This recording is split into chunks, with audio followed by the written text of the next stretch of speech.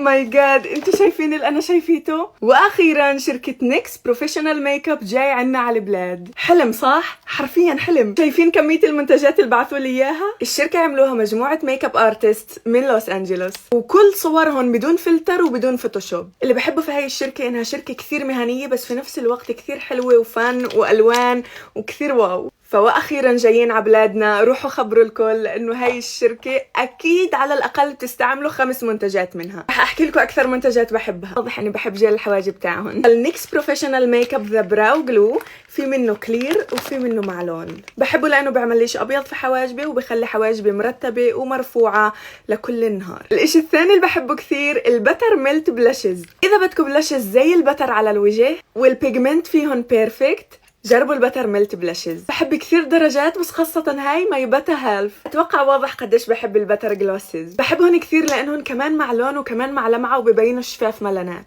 حطيت اليوم درجة كريم بروليه وهي اكثر درجة بحبها. شايفين الايلاينر قديش حلو؟ هذا النيكس بروفيشنال ميك اب ايبك انك لاينر. اكثر ايلاينر سموث وسهل تستعملوه في حياتكم حتى المبتدئات. من ناحية ثبات بتزحزحش. حلو في هاي الشركة مثل ما حكيت انه مكياج مهني، بس الاسعار كثير مناسبة. جربوا الليب بنسلز تاعونهم. انا اليوم حاطه نيود ترافل وكثير بحبه على الشفاف. اذا بدكم اعمل انبوكسينج لكل الشنطه اللي بعثوا لي اياها اكتبوا لي. لاف يو.